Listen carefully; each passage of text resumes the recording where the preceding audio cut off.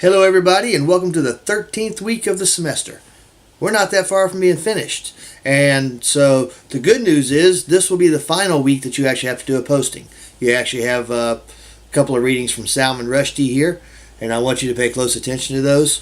The first one, the British Indian writer in A Dream England, he talks about how being a British writer no longer means being born in England. You know, it can mean being born in Ireland, it can mean being born in India, it could mean born anywhere that was a British territory at the time of birth. Now, India, of course, is no longer a British Commonwealth, but it was when Salman Rushdie was born. Now, one of the nice things about Salman Rushdie is that when you read him, he's still alive.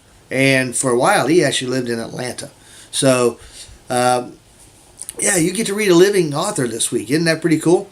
And so take a look at how he talks about how being a British author means a lot of times not only that somebody has a different skin color or that somebody has a different heritage, but also note on how he talks about how the stories of the land that somebody might be from can be blended into English stories, or can be told in the English language in ways that actually make the stories different.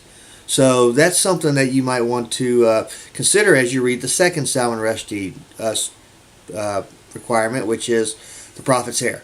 The Prophet's Hair is a fun story. It's actually a lot of fun. I think you're going to enjoy it.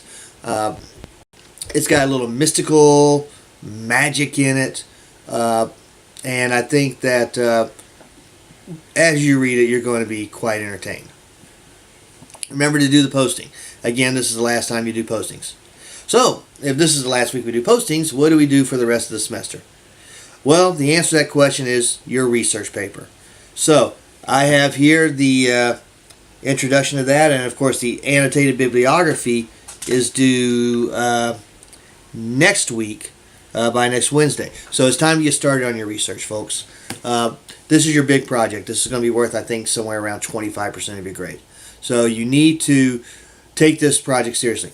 Now, if you've been doing your postings, you've got a basis upon which to write a research paper.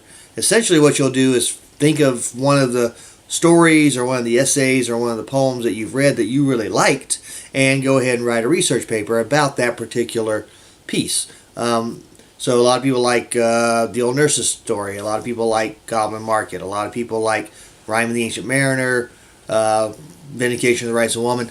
Go through all the postings you've done. Which one did you do well on? Maybe that's what you want to start writing your essay about. Because your posting is basically the foundation upon which you're going to build your research paper. People say, can I go ahead and use what I wrote in my discussion posting as what I do in my research paper? The answer is yes, that's what I want you to do. I want you to take the foundation you built in the posting and turn it into a really solid research paper. So you may be asking, what am I expecting in the research paper? Well, go into the research paper module. You know, there's either a folder on the side or you can go into content on top and go into research paper that way. The instructions for the research paper in there, I have got a lot of resources. I'm talking videos, I'm talking PowerPoint slideshows, I'm talking documents, I'm talking web links. I have got a lot of resources that'll help you do well on this research paper. And in addition to that, you're going to turn in a first draft, and then you're going to get my comments on it before you turn in your second draft. So that will help you also. You also know that you can email me, you can call me in my office hours, you can come visit my office if you're in Albany. Now, here's the thing. If you've not been doing your postings all semester, you are going to be lost on the research paper. You have nothing to build on. I'm sorry, but that's your fault for not doing the postings. So, find what you've done well on. Find a story, find a poem, find whatever it is you've done that you truly enjoyed, and pick that as your research paper project. And use those resources that are in D2L. You also have me as a resource, and you're going to, like I said, if you follow the schedule, get feedback on your first draft so you can turn it into a better second draft. And also, you have the Writing Center. There is the Writing Center on campus, or you can do the online Writing Center if you happen to be out of town. So that can be a resource also to help you write a really good research paper. So that's it. we are now about to hit the hit the old grind. We're going to do our research. We're going to take that research and we're going to put it into a paper and we're going to make it look great. That, of course, is after you have read Salman Rushdie. So I think you're going to enjoy this week's readings. I like to finish up with these as the last readings of the semester because they are fun and because they are, they are 20th century. So that's pretty cool too.